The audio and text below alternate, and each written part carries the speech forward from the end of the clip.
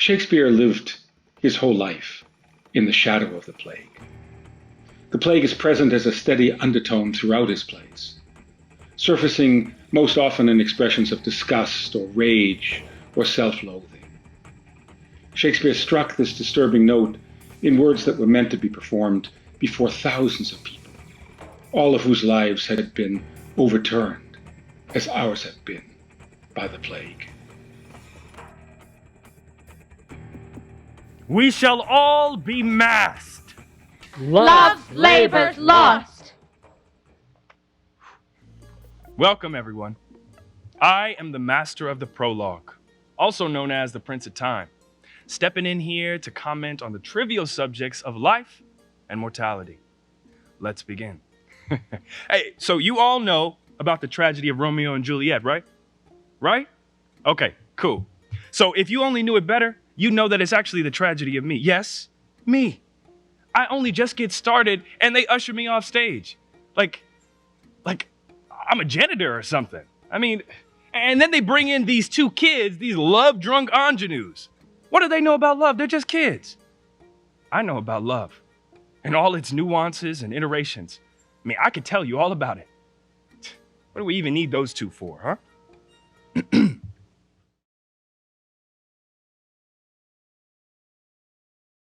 Two households, both alike in dignity, in fair Verona where we lay our scene. From ancient grudge, break to new mutiny, where civil blood makes civil hands unclean. From forth the fatal loins of these two foes, a pair of star-crossed lovers take their life, whose misadventured, piteous overthrows do with their death bury their parents' strife, the fearful passage of their death-marked love, and the continuance of their parents' rage, which but their children's end naught could remove, is now the 2 hours traffic of our stage. The which, if you attend with patient ears, what here shall miss, our toil shall strive to mend. By the time Shakespeare wrote these words in 1594 or so, the plague had struck his life several times, the first time being when he was only 3 months old. Yeah, it's because no one knew what caused the bubonic plague. I mean, especially then. I mean, it's very difficult to contain. The spread was everywhere. I mean, the only treatment that folks had was to shut up in a plague-infected house. I think that's why in Romeo and Juliet, Shakespeare used it as a useful plot point to keep Friar John from delivering a crucial letter. And, of course, the plague spread in the language of the period, just as COVID language has spread today, as in self-isolating, infodemic, shelter in place, elbow bump. In Shakespeare's time, the physical symptoms of the plague were used as nauseous metaphors for infectious attitudes and beliefs. Do you remember that moment when I said their death marked love? Well, just as the plague marked citizens for death, Romeo and Juliet's love is death marked by the plague of their parents' long-held toxic rivalry. I mean, I could have told them that if they wouldn't have ushered me off in the middle of the prologue, just bringing some much-needed doses of reality and history.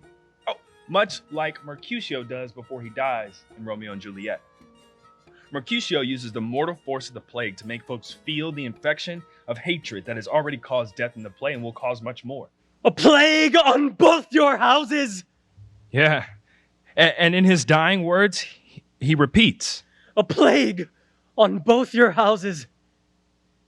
He curses with the plague the two very families whose toxic energy is responsible for his death. the imagery of illness and death. The perils of a corrupting feud that weakens those born in its shadow is also the underscore for the teenagers' framing of their love in Romeo and Juliet. Bid a sick man in sadness make his will, a word ill-urged to one that is so ill. What soft? What light through yonder window breaks? It is the east, and Juliet is the sun. Arise, fair sun, and kill the envious moon, who is already sick and pale with grief, that thou, her maid, art far more fair than she. Be not her maid, since she is envious. Her vestal livery is but sick and green, and none but fools do wear it. Cast it off. And Juliet wants to free her new love Romeo from the contagion of their parents' fight, whose cause is so long forgotten that only the names Capulet and Montague remain as gateways to their poisonous family feud.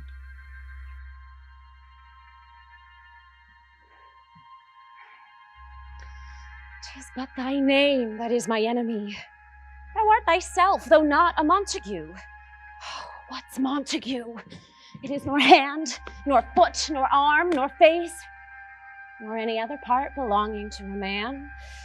Oh, be some other name! What's in a name? That which we call a rose by any other word would smell as sweet. So Romeo would, were he not Romeo called, retain that dear perfection which he owes without that title. Oh, Romeo, doff thy name! And for thy name, which is no part of thee, take all myself. See, that brings a tear to even my jaded eye. Now, let's move things along, okay? Let's change the tempo up a little bit. So Shakespeare also used London's plague-ridden air as a symbol of inner corruption, a corruption of the soul. All right, listen to Portia's words in Julius Caesar. What, is Brutus sick? And will he steal out of his wholesome bed to dare the vile contagion of the night and tempt the roomy and unpurged air to add unto his sickness? No, my Brutus, you have some sick offense within your mind. In the world of politics and greed, ill-gotten ambition can poison the mind and destroy the soul, whether it be in ancient Rome, Shakespeare's London, or 2020's America. I prithee, daughter, do not make me mad. I shall not trouble thee, my child, farewell. We'll no more meet, no more see one another. But yet thou art my flesh, my blood, my daughter, or rather a disease that's in my flesh, which I must needs call mine. Thou art a boil, a plague sore, an embossed carbuncle in my corrupted blood. Can you imagine a father today describing his teenager as the embodiment of COVID-19? Yeah, that'd be rough. Pretty bad to hear, actually. But guess what? Lear's daughters, they don't love him for his curses. And things do not go well for Lear. You won't be surprised to hear that. But that's not the only reference to the plague in King Lear. The dreadful disease is also used as a description of the stroke of fate sent by the heavens, humbling humans in their fruitless wish to control the ruthless hand of fate. Here's Gloucester with his son, Edgar. Near the top of the play, Edgar's brother Edmund has persuaded their father that Edgar has wanted him dead. With only the evidence of a forged letter, Gloucester has jumped to believe Edmund pursuing the loyal Edgar as a criminal. Now Edgar, good man that he is, has come back disguised as a beggar to help his father, whom Edmund and his friends Goneril, Regan, and Cornwall have blinded and cast out. Listen to Gloucester speaking of the heavens plague that has humbled him. He uses the plague as a metaphor for the wretched fate that fortune has plagued him with.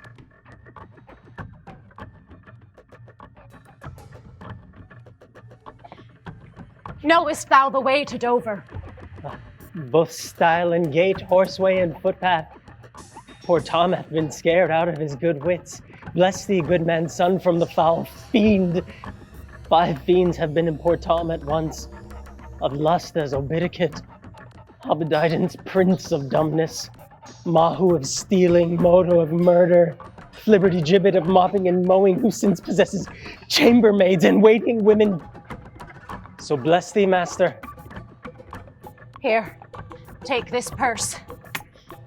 Thou, whom the heavens' plagues have humbled to all strokes, that I am wretched makes thee the happier. Heavens, deal so still! Let the superfluous and lust-dieted man that slaves your ordinance, that will not see because he doth not feel your power quickly. So distribution should undo excess, and each man have enough. dost thou know, Dover? Aye, master. There is a cliff whose high and bending head look fearfully in the confined deep.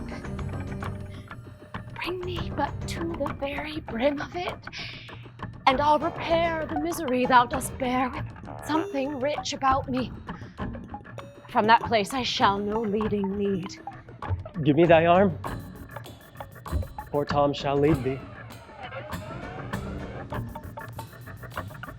And when we look at another play, Macbeth, we see Shakespeare using the plague metaphor to describe a corruption of the whole world.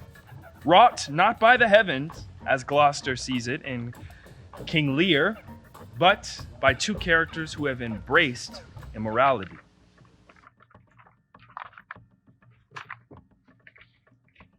Alas, poor country, almost afraid to know itself.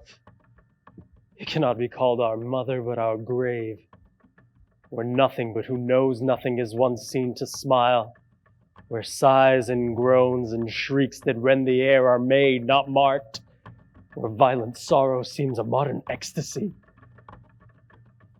The dead man's knell is there scarce asked for who, and good men's lives expire before the flowers in their caps, dying, or ere they sicken.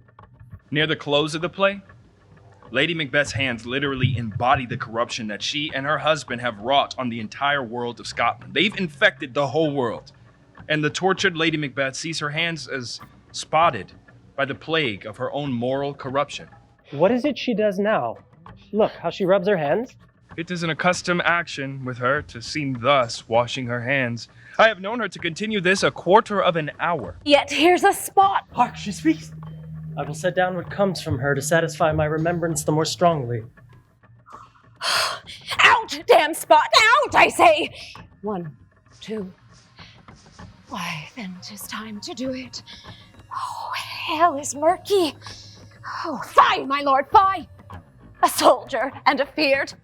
What need we fear, who knows it, when none can call our power to account? And yet, who would have thought the old man to have had so much blood in him? Do you mark that? The Thane of Fife had a wife. Where is she now? No more of that, my lord, no more.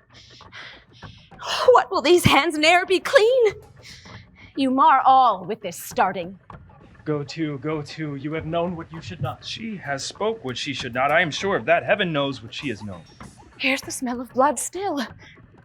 All the perfumes of Arabia will not sweeten this little hand. Oh. And Lady Macbeth's fall is echoed soon thereafter. The mind I sway by, and the heart I bear shall never sag with doubt, nor shake with fear.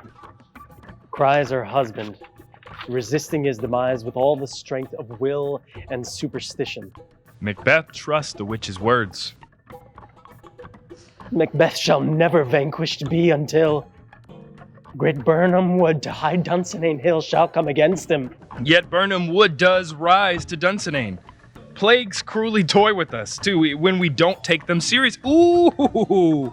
Shall we break into smaller groups and discuss irony? Come on, y'all. Ooh! But seriously, the plague isn't always a tragic emblem. Sometimes characters joke about it, much like we do today. In Much Ado, Beatrice says of Benedict, trying to hide her love for him, "Oh, Lord, he will hang upon him like a disease. He is sooner caught than the pestilence, and the taker runs presently mad. God help the noble Claudio. If he have caught the Benedict, it will cost him 1,000 pound ere it be cured." And humor can be mashed up with a cheerful resignation, as when the Countess Olivia in Twelfth Night marvels at the speed with which she's fallen in love. How now? Even so quickly may one catch the plague? Methinks I feel this youth's perfections with an invisible and subtle stealth that creeps in at mine eyes. Well, let it be. Yes, you got it. The plague, lingering and horribly infectious as it might be, is not always a downer. I mean, the Tempest suggests that we can purge ourselves of infectious, negative thoughts, just like purging ourselves of disease. I mean, that's cheering, isn't it? Even if we can't get rid of the physical plague, at least we can leave this life with a plague-free mind. Prospero is cursed by Caliban. The red plague catch thee for learning me your language! Prospero is so dismissive of Caliban, his slave, that he never even thinks about what Caliban's curse actually means. Prospero is so busy listening to the story in his own head that he can't hear Caliban. Old man Prospero has cast a plague of sorts on Caliban, imprisoning him and condemning him to servitude.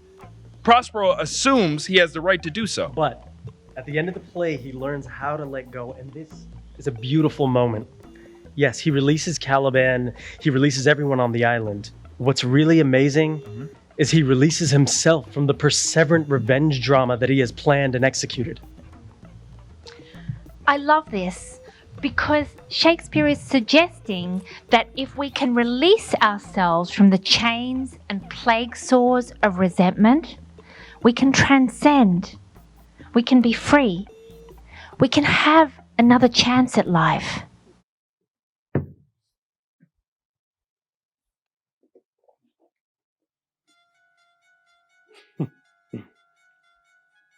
Ye elves of hills, brooks, standing lakes and groves, and ye that on the sands with printless foot do chase the ebbing Neptune, and do fly him when he comes back, and you, demi-puppets, that by moonshine do the green sour ringlets make, whereof the ewe not bites, and you, whose pastime is to make midnight mushrooms that rejoice to hear the solemn curfew, by whose aid, weak masters though ye be, I have bedimmed the noontide sun, called forth the mutinous winds, and twixt the green sea and the azured vault set roaring war. To the dread rattling thunder have I given fire, and rifted Jove's stout oak with his own bolt. The strong base promontory have I made shake, and by the spurs plucked up the pine and cedar. Graves at my command have waked their sleepers, oped and let them forth by my so potent art.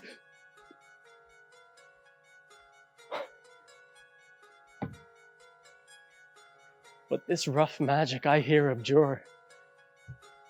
And when I have required some heavenly music, which even I do now, to work mine end upon their senses that this airy charm is for, I'll break my staff, bury it certain fathoms in the earth, and deeper than could ever plummet sound, I'll drown my book.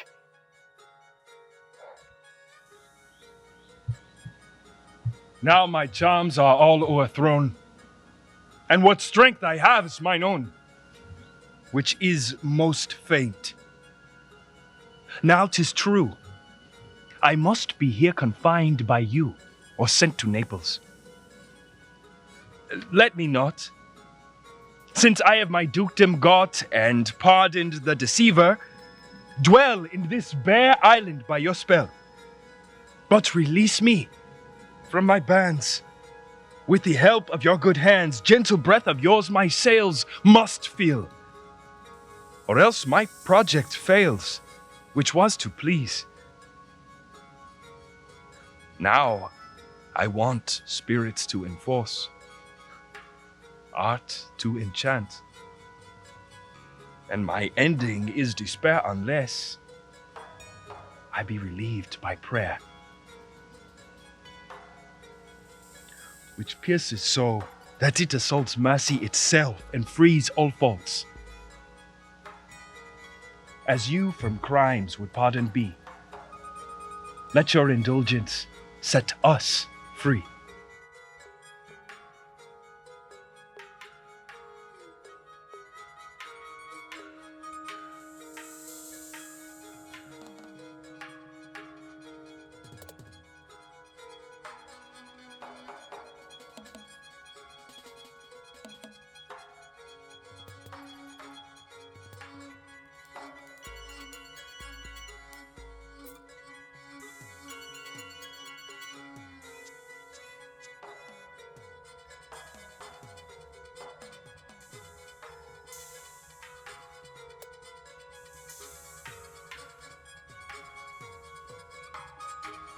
Storytellers forge a literate democratic society. Go to simpsonliteraryproject.org.